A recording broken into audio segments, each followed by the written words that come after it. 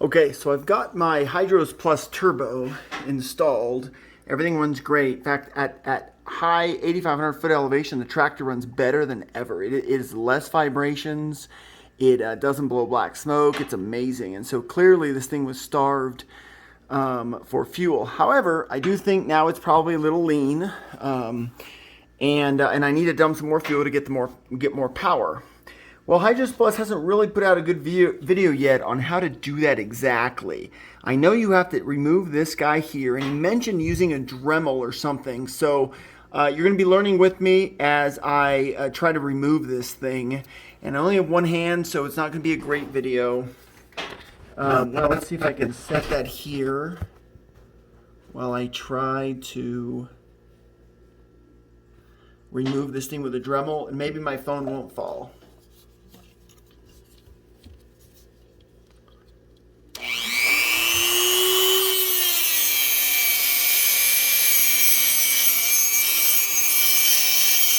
Notice I'm trying very hard not to cut the actual fuel, what I'm going to call sending unit, because it's kind of a pump.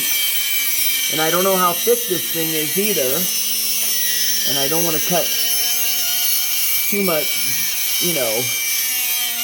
I'd rather cut just a little bit less and twist it apart with a screwdriver, which is what I'm going to try to do. So I'm being extremely light. Ooh, feels...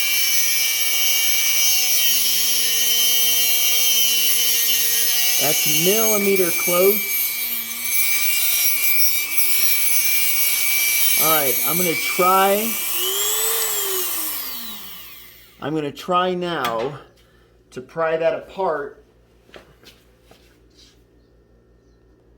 All right, so what I've got is a screwdriver. I'm going to try to get in here and pry it apart. I'm going to have to move my camera. Try to hold this somewhere about right there.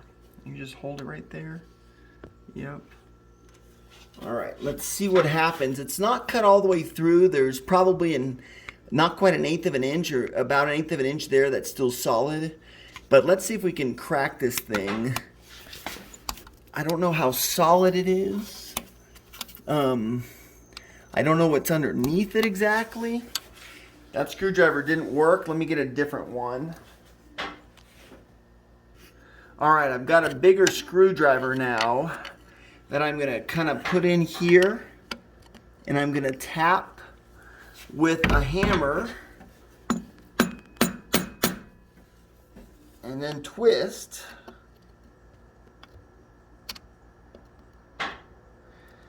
Really wish he'd put out a video on this. I'm sure he will later. All right, that feels like it's in there. But I feel like I'm destroying the screwdriver more than anything. What if I just keep moving up this way? Okay. Bend it a little bit. Let's keep moving up this way. Getting something solid there. You know, I don't know what's underneath it. It wiggles a little bit, but I don't want to be damaging whatever this thing is covering. So let's just keep tapping. That feels like it's all the way through and then some. Maybe not here. If any of you guys had a better experience getting this thing off, I would definitely be interested in your technique. I am trying to be as cautious as I can. All right. I think it's not all the way through on the very end, so I'm going to get my Dremel again.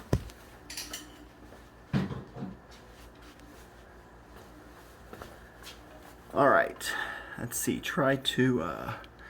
Let's see. Yeah, perfect. It's hard to get the camera in there.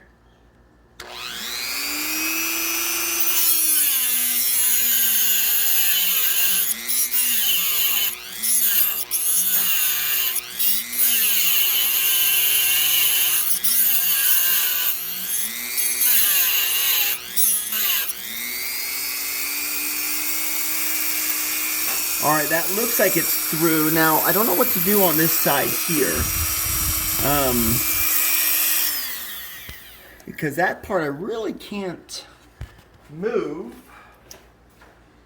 Let's see, I wonder if now that it's looser, I could pry it away a little bit so that I can cut it some more.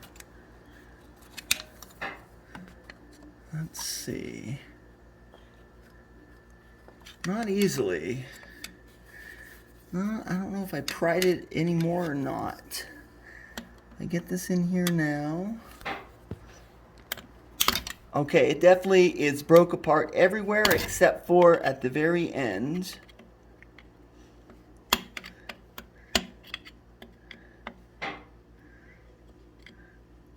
Okay, so as we see, the problem is just this last little section here. I wonder what kind of, you can pause it for a minute. Okay, so what I'm going to try now is drilling a little bit in this last little section right here, and seeing if that will, work. Obviously, I don't want to slide around.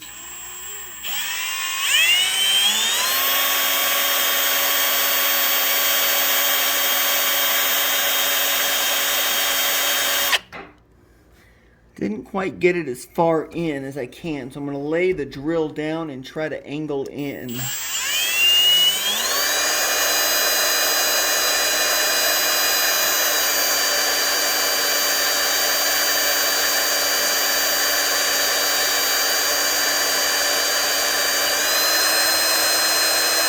Feel free to fast forward a little bit because I'm going to be going very slow and meticulously. Well, I say that and then it pops right through. Okay. Alright, so now I've literally got just this last itty bitty section and I don't know how I can drill that. Okay. A drill's not going to work because it's going to travel because there's maybe a 1/16 of an inch. So let me get a thicker screwdriver and see if we can break that. Alright, so what I've got now is a slightly thicker screwdriver to try to get in and open this up some.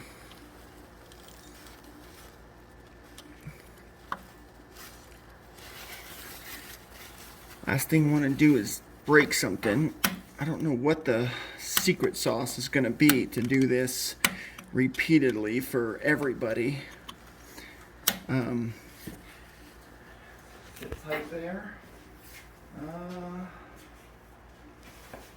Let's see. You can pause for.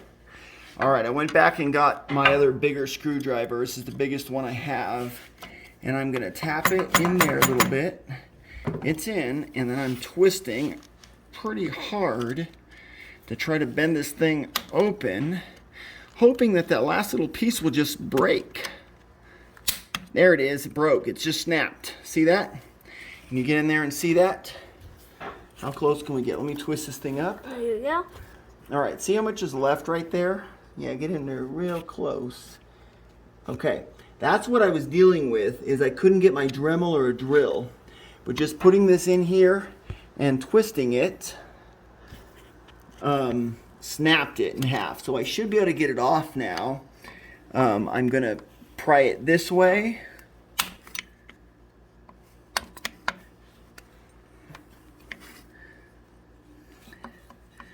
I'm going to get it in here and then twist the screwdriver. Well, I guess I'm not going to twist. I'm just going to keep prying. I'll twist it around. Okay. Twist it up. Possibly mangling this more than necessary.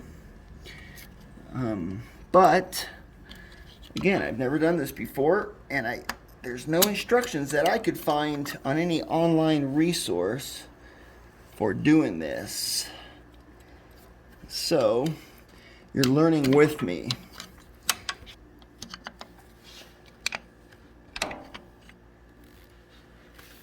And you're going to see when I get it off if I have mangled anything beyond repair. Alright, it's a little stuck right now. So what I'm going to do is go get a pair of pliers to manipulate it. Okay, we're back with a pair of pretty good sized needle nose just to try to manipulate this a little bit better. Doesn't look like I caused too much damage with my Dremel. And there she is. Came off. Looks like it ripped off some sort of an O-ring also right here. So I'm going to pull that out first. It was on towards the front of this. So that's what the O-ring looks like. All right, back to here. And let's get that off. Okay, I got that off. Now, mine looks different than the HydrosPlus one did in his video. But my tractor is a 2016, so that's not terribly unsurprising. But I'm not sure yet what needs to happen. I'm going to get a wrench on this and just kind of wrench on it a little bit and see what happens. I expect some sort of a bolt that goes in here that basically as you back it out, it opens up and allows more fuel. That I think is what he says is the concept. But I seem to have this large nut here, this smaller, almost like a castle feeling nut here, and then this other nut right here. I did do a teeny bit of damage with the drill and the Dremel, but nothing that looks like it's problematic. All right, pause.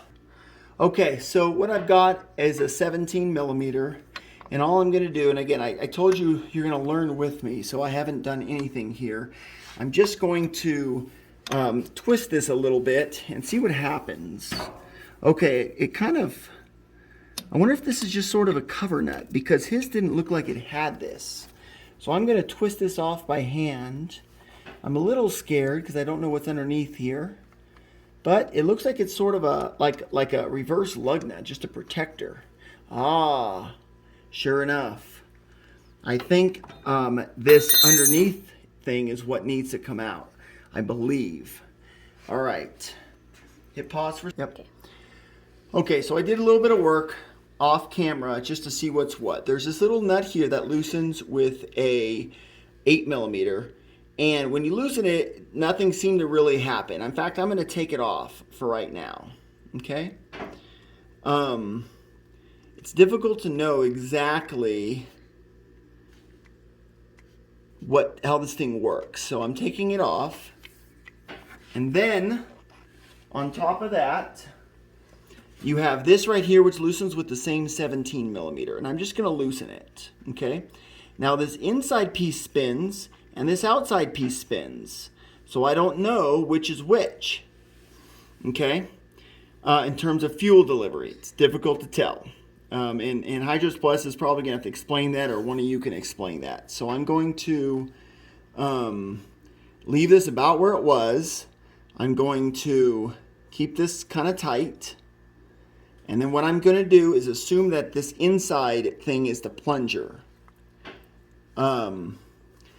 Which I don't know if that makes sense or not, because he said turn it like 3 times outward. So I'm going to take my grease pencil, I'm going to put a mark on the top, and I'm going to turn it out. 1. Move the camera up here a little bit more so we can really get in there. All right. And then 2. And then 3, but it doesn't feel like it's anywhere near out. I almost think that it's this guy right here that has a spin relative on top of this, and maybe this just gives it the extra jam. That I really don't know. I wish it was intuitive. I guess I could back this off as well, a hair, but boy, am I guessing at this point. So this is a terrible video. Don't do anything I say here. But I just wasn't confident that moving that little thing there did anything. So now that I've marked that, I'm going to turn that 1, 2, 3. And then it feels quite a bit looser. So now I'm going to hold it in place while I move this nut back on. Good. And I'm going to put this little 8 millimeter nut back on, and I'm used to using metric for everything, even if it's probably some sort of a SAE standard.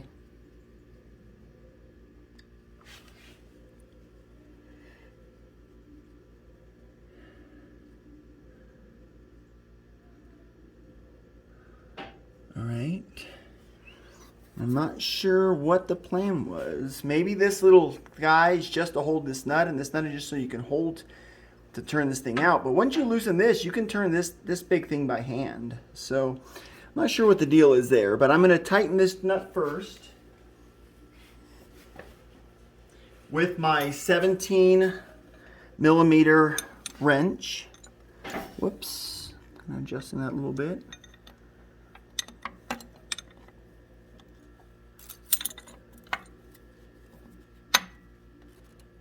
Okay, it's snug. And then I'm going to tighten the little one with the 8 millimeter.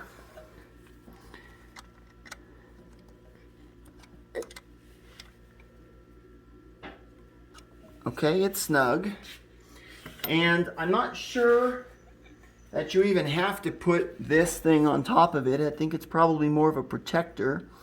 But for now, I'm going to finger tighten it.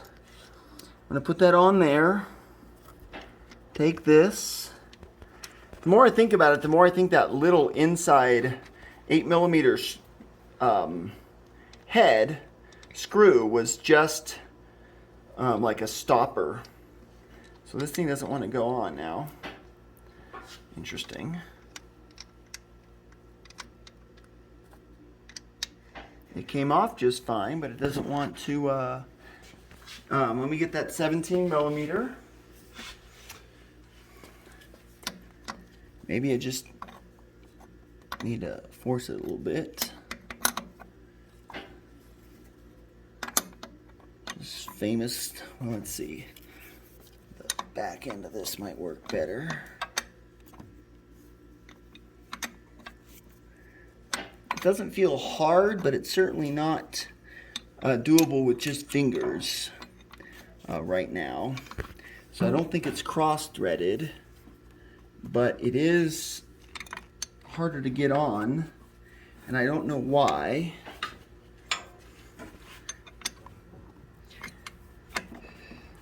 All right, let's see. Tell you what, I'm just going to, rather than fight with this, I'm going to start up my tractor and see what it sounds like, and then I'll deal with tightening all that up afterwards. Pause. All right, starting the tractor. There we go. You can back up a little bit. Tell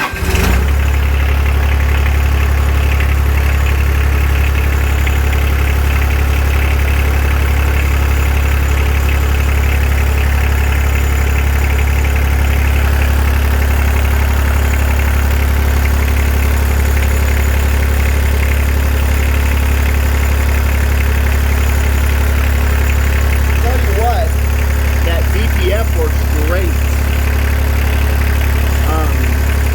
I don't see any leaks, and I don't hear any problems. Back up a little bit.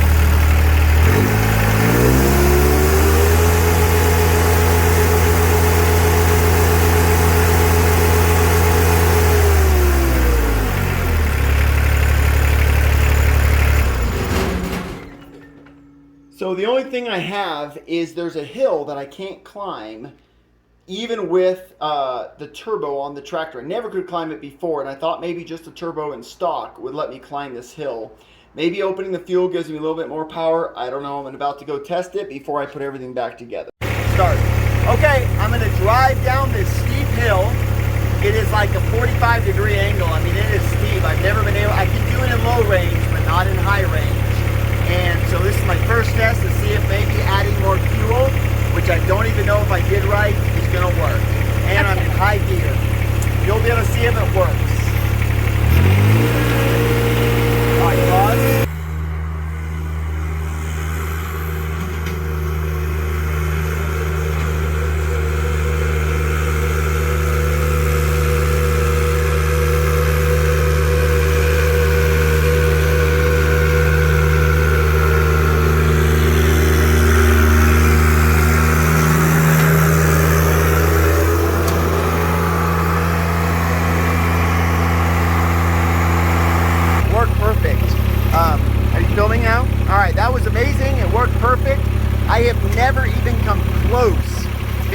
up that hill stock in high gear. And I tried it earlier today with the fuel level at stock, and I couldn't get up. I killed the tractor, I stalled it. So backing that off 3 turns, that gave me all the fuel I need, and now this thing is a monster with the turbocharger. All right, pause. Okay, we're back in here in the garage, and the only thing I really need to do is put this little protector nut thing back on. And it's possible that this little inside nut is going to ground out before this is tight. That's possible because I backed this thing off as well. But I think what actually needs to be backed off is this larger one. Okay, I don't think this little one does. I think the whole thing spins as a single assembly. And so hopefully me backing this little one off 3 turns, which they're pretty tiny threads, so it shouldn't be that much, but it might be enough to interfere with this thing locking on based on holding it. Also, the reason it was hard to put this thing back on is because I thought I was going to have to put a wrench on this flat section here. It's flat on all 4 sides. I thought I was going to have to put a wrench there to maybe back this off, and you might have to actually to back this thing off. I don't know. But the wrench I used, I think, lightly boogered up some of these first few threads, and that's making this tight to go on. Other than that, I don't think there's any problems at all. So if you're going to put a wrench on this, make sure it's a really fine, perfectly fit wrench, and just be very, very, very gentle. But I don't think you have to if you feel like you need to back off this little screw, which again, I don't think you have to. I think the only thing you have to do is take this off, loosen this right here, this big nut right here, and then just turn this by hand 3 times counterclockwise, right? Unscrew it 3 times, and I think that'll do the trick. So hopefully that's helped you today. I'm going to screw this thing back on. I'll do it, let's see, get it on finger tight, and I'll show you the finished result. Pause. Okay, folks, it's all back together. All I had to do was screw this thing on. Again, when you cut that top piece off, all you're going to do is then remove this big nut here with a 17mm wrench. Then you should be able to loosen this nut right here, right? Loosen that nut there with a 17mm. Then the thing that's underneath here, just twist it by hand out 3 times, and then tighten this, and then tighten this thing back on. And then in my case, I didn't have 2 17mm, so I used an 11/16 to hold this here while I tighten this to get that last little bit of tightening. And then it's just snug, and then you're done.